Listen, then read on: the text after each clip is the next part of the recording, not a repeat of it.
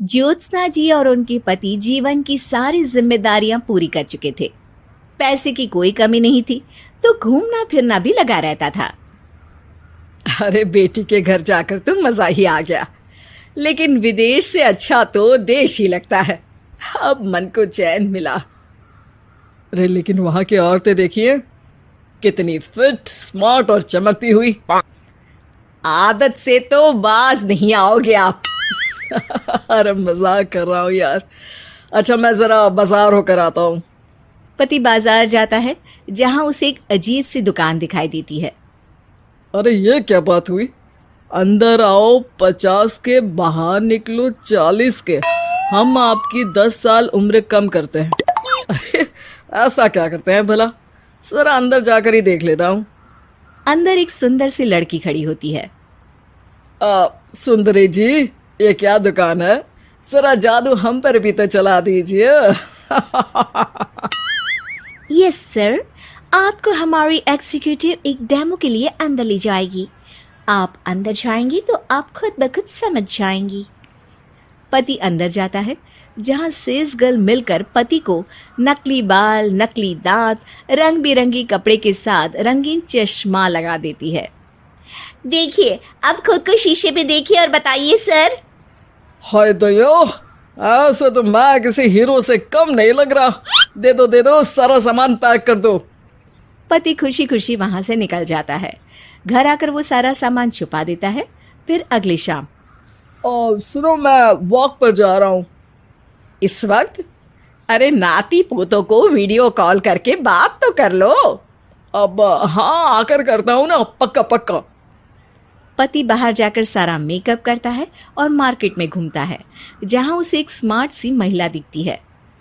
क्या आपको मुझसे कोई काम है? नहीं, आप तो बहुत हैंडसम हैं। थैंक्स। वैसे आप भी कम नहीं है। वैसे क्या उम्र होगी आपकी? लगता कितने का हूँ? 40 के तो पूरे लगते हैं। अब क्या था, 50 साल के पति को कोई 40 का बोल दी तो। वैसे तो कम का हूँ, लेकिन टेंशन के कारण थोड़ा उम्र में बड़ा देखने लगा हूँ। ओह सच्ची? आप 40 के पूरे नहीं हो? अरे छोड़िए ना, चलिए मैं आपको कॉफी पिलाता हूँ।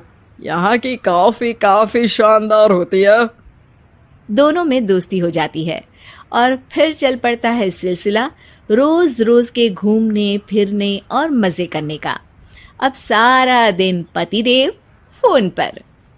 अरे नाश्ता तो कर लीजिए, क्या सारा दिन फोन पर लगे रहते हैं? अरे यार जरूरी काम कर रहा हूं मैं। रिटायर हो, पेंशन मिलती है, कोई काम नहीं है, फिर कौन सा जरूरी काम आन पड़ा आजकल? अरे एक प्रोजेक्ट के सोशल नेटवर्किंग का काम है, उसी पर काम कर रहा हूँ। ठीक है, चलो अब नाश्ता कर लो, देर हो रही है। पति अपना नकली सारा सामान बिस्तर के पास छुपा कर सोता, सुबह चुपके से पहनकर बाहर जाता और घर आने पर उतार देता। एक दिन पड़ोसन कहती है, अरे ज्योत्सना बहन, तुम लोगों के घर कोई हैंडसम सा आदमी रहने आया है क्या? अरे कहाँ यार, मैं और ये दो ही तो लोग हैं घर में। हैंडसम सी शक्ल देखे तो मुझे भी जमाना हो गया है। अरे पता नहीं, वो जाता तो तुम्हारे ही घर में है, क्या पता कौन होगा। अरे तुम्हारी उम्र हो रही है ना, और भाई साहब को भी गए 5 साल हो गए, शायद इसीलिए अब सारे हैंडसम नजर आ रहे होंगे। पड़ोसन भी ज्योत्सना की बात पर मुस्कुराकर वहां से चली जाती है। एक दिन, अरे सुनो जी, बहू बेटा और पोता आ रहे हैं, कुछ दिनों के लिए वो हमारे साथ ही रहेंगे। अरे शिट यार, ये क्या है? बेटे ने तो कर ली शादी, अब क्या करने आ रहा है यहाँ पर? अरे कैसी बात कर रहे हो जी, इस उम्र में तो माता पिता तरसते हैं कि बच्चे आकर साथ रहे, लेकिन आप है कि। अरे ठीक है ना, लेकिन अब देखो सभी व्यस्त हैं अपनी जिंदगी में, ये लोग आएंगे रहेंगे, कितनी डिस्टर्ब हो जाएगी लाइफ। कैसी बात कर रहे हो? अरे जैसे बहुत हैपनिंग है ना तुम्हारी लाइफ तो।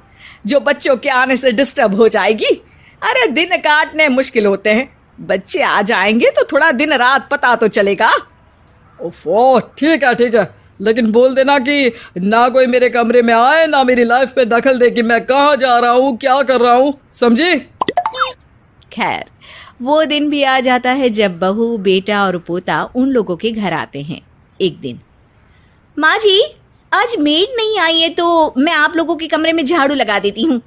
अरे नहीं बहू, वो तेरे पापा को ना पसंद नहीं है कि कोई उनके कमरे में जाए। तू छोड़ ना, मैं खुद ही लगा दूंगी।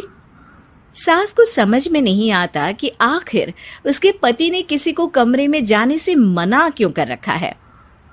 खैर, वो साफ सफाई करके बाहर निकल आती है, लेकिन कहते हैं ना, बच्चा तो अबोध होता है, उसे किसी बात का क्या पता। वो खेलते खेलते दादा के बिस्तर तक पहुंच जाता है और बाहर ले आता है दादा का वो सारा सामान जो वो लगाकर घूमते थे।